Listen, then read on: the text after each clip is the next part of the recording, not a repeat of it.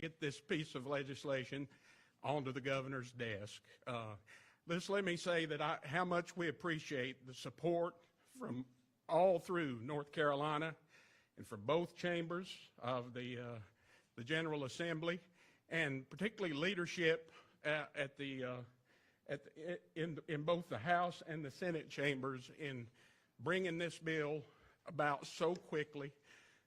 We realized as we came back into session this year that relief from Hurricane Helene was a top priority in the General Assembly. And Mr. Speaker, Mr. Berger, appreciate that being a priority for you. And Governor, thank you for your commitment in trying to use these dollars. I know you've made several trips up there. You've got a personal interest that has been evident in trying to help get this recovery done, and we have every faith and trust that you're going to be using these dollars as efficiently and effectively as we can to meet the many needs that our district and our region has in Western North Carolina, and we thank you for that. Thank you. So, and with that, I'll turn the microphone over to Senator Corbin. Thanks, sir. Thank you, Representative Green. Also want to thank the governor for having us here tonight, and I serve as the chair of the Recovery Committee for the. Glad to serve in that role, along with Mayor Manheimer from Asheville. And I just want to thank my colleagues behind me in both the House and the Senate for a lot of hard work. This is the largest recovery bill that's ever been passed. This is about $800 million on top of what we've already done for this. It's historic. And we've worked together, Governor, in a bipartisan way to do this. And I, too, appreciate the governor's commitment to cleaning up and helping Western North Carolina recover from this terrible disaster. And we stand here as a bipartisan group to help do that. And Governor, we appreciate you for having us here tonight. I'm going to introduce one of my colleagues from Asheville. She represents the greater Asheville area, and that would be Senator Julie Mayfield. Julie. Thank you, Senator Corbin. I am Julie Mayfield. I represent Senate District 49, which is the city of Asheville and much of Buncombe County. And I will add my echo the thanks. The bipartisan nature of this work from the very beginning has really been magnificent. And it's both chambers, all parties, leadership in both places. Really, it is, you know, we think in Western North Carolina, we often feel forgotten.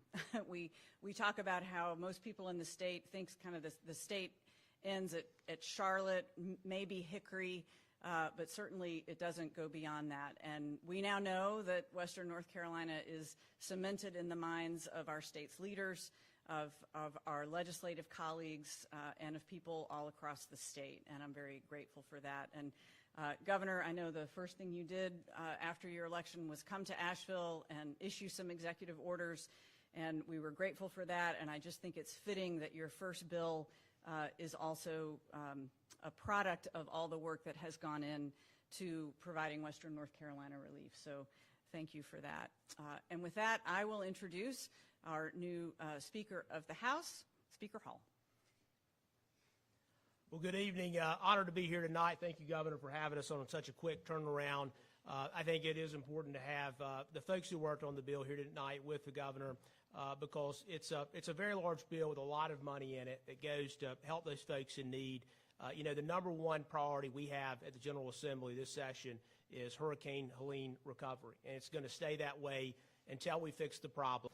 We work with both the House and the Senate in a bipartisan way to get the bill done, but also with the governor to get a bill done. And it really took some compromises between the House, Senate, and the governor. And the product, in a relatively quick turnaround, is what you see today, another over $500 million going to Hurricane Helene recovery for Western North Carolina.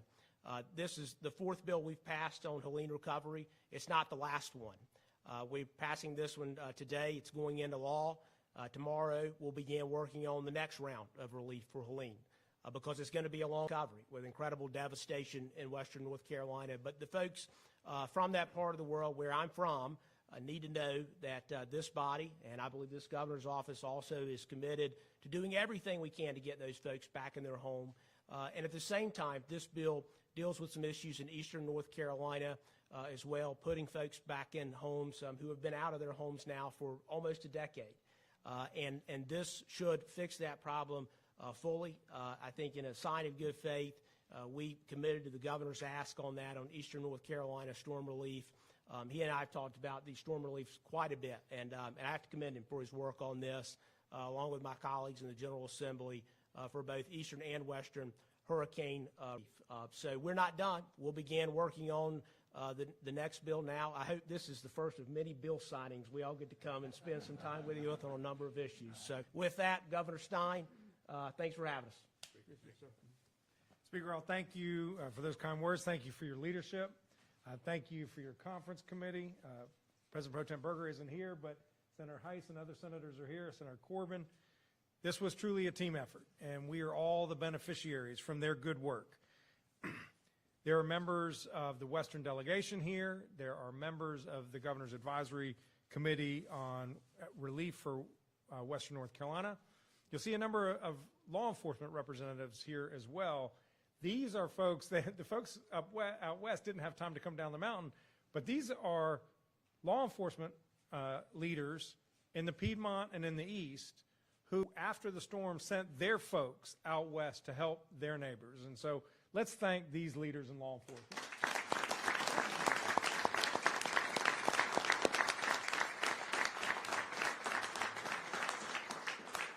We also have Farm Bureau President Sean Harding. As you all know, many farms in Western North Carolina really took it on the chin, losing their crops, having their soil washed down the river. The recovery is going to be long and hard. We have representation from our state agricultural department. Commissioner couldn't be here, but he's got a big chunk of this pie, and we got to work hard to make sure that those funds help our agricultural folks, our farmers out west. There are members from the Grow North Carolina team, Grow NC. That's the Governor's Recovery Office for Western North Carolina, including the head, Matt Calabria. Where's Matt? Right there, good. I told Matt, I was like, all right, get to work. These guys, they filled the coffers, or at least started filling the coffers, and now we got to get to work. My team will tell you there are 4 values that drive the work we do in Western North Carolina recovery. It's urgency, focus, transparency, and accountability. And urgency is the most important. We've got to do everything we can to get these monies in Western North Carolina where they can make a difference in people's lives.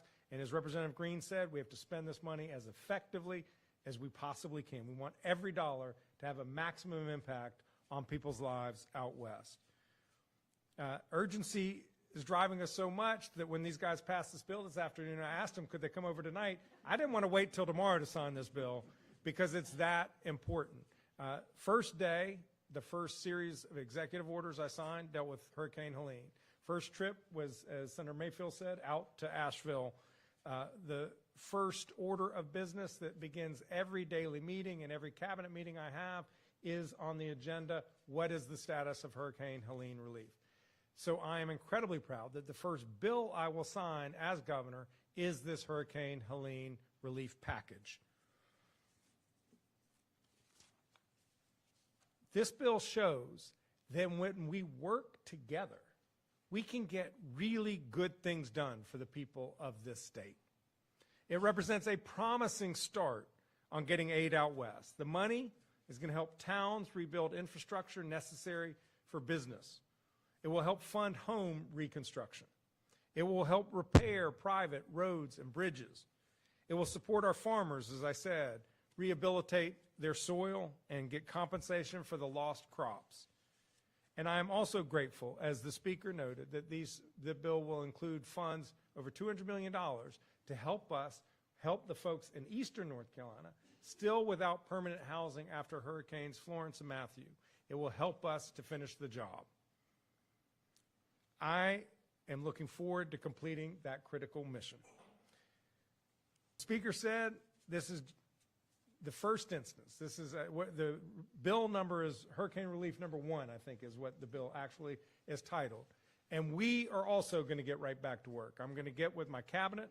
I'm going to get with the budget team, and we're going to come up with another proposal to share with the legislature as they wrestle with what we need to do next to make sure that we're doing everything we can to help people in Western North Carolina get back up on their feet. We still have work to do. There are small businesses out west that are truly struggling to keep their doors open, struggling to keep their employees hired.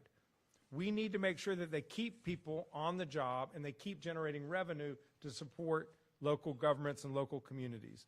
We still need to invest in affordable housing because too many renters have lost their home. Home reconstruction helps you if you own your home, but not everybody owns their own home. A lot of folks are renters, and they need a place to live as well. We have to reduce the risk of wildfires, particularly as the summer starts to come.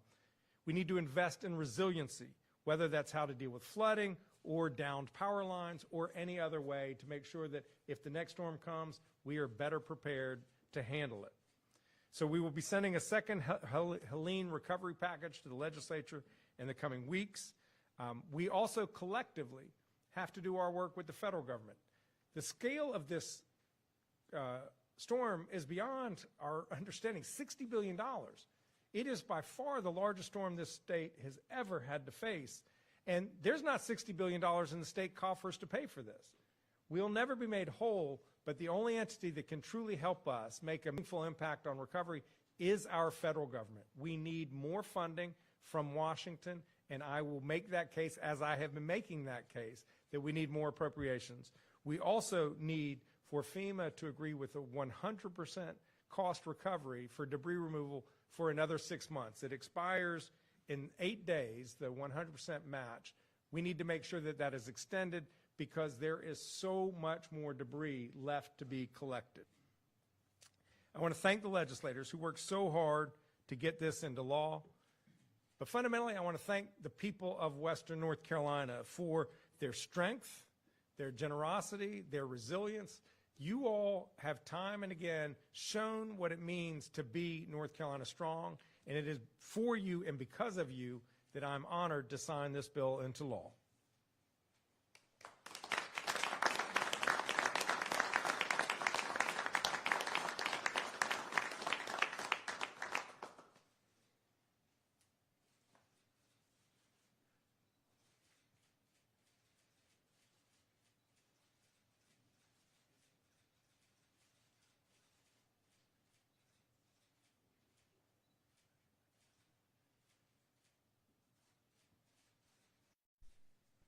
It is now law.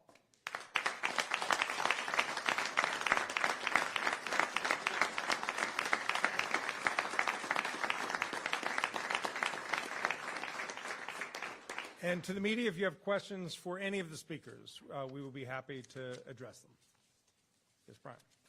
For Governor Stein, Speaker Hall, could you just talk about how much has been put hard toward the $60 billion? I know about $1.4 billion state, how much federal, so just to give people an understanding of what is still missing.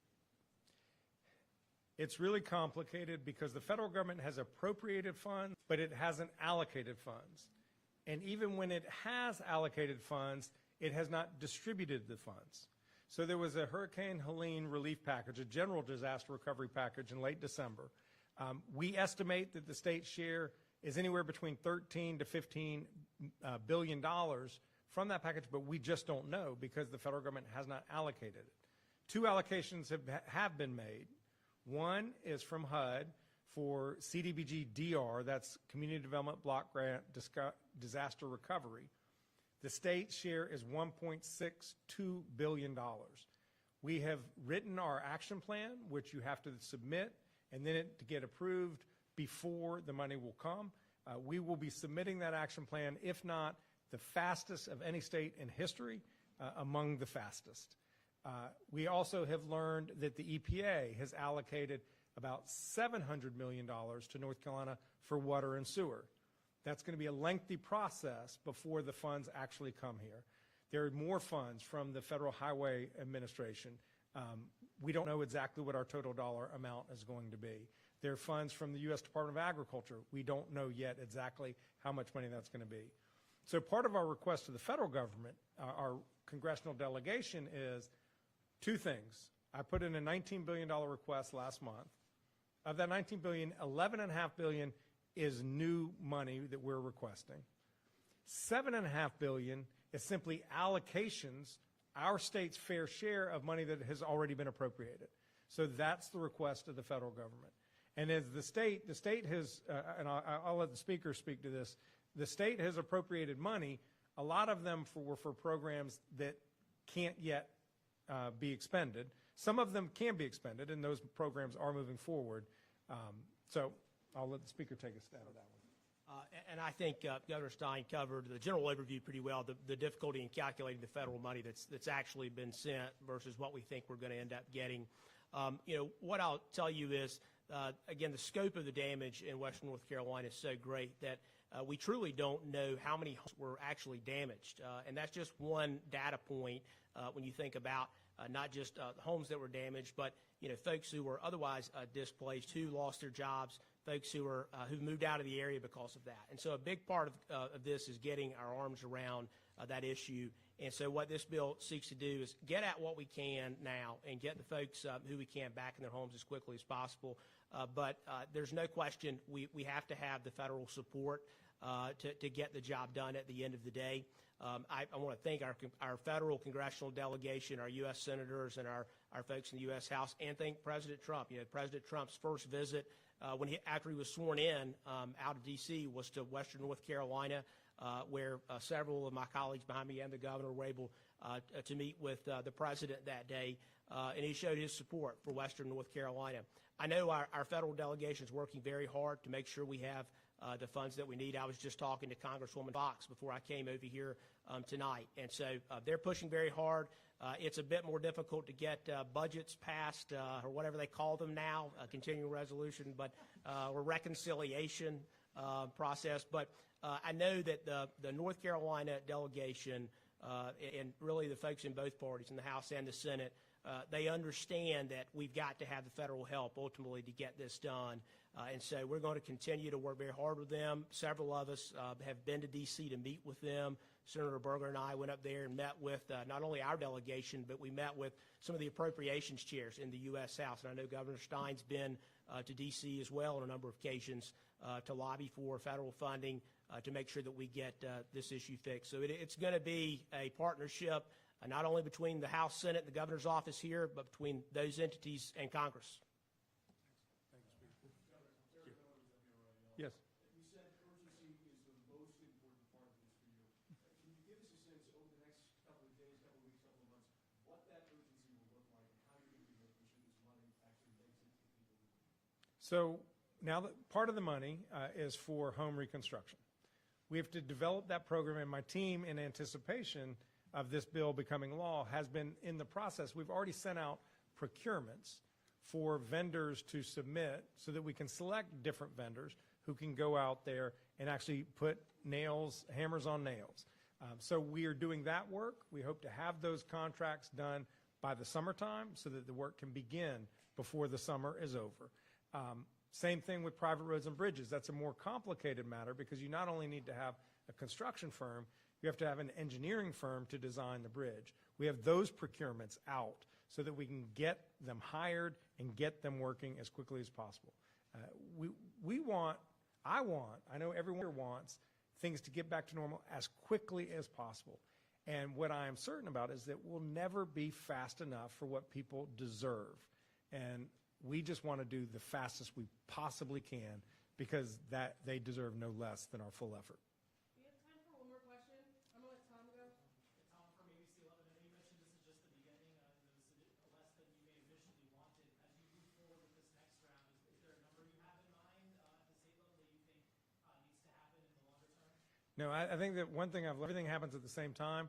I also submitted my budget today for the general fund, and I worked the folks at the state management, budget and management so hard.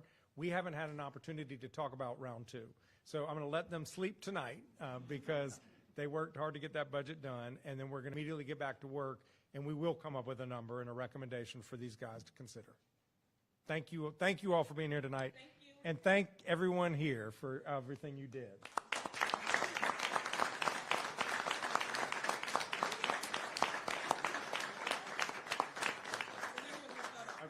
right, don't move, don't move, don't As move. soon as I can get folks that, somebody can Seth, help me move this. Seth. Somebody can help me up. I'm doing my best.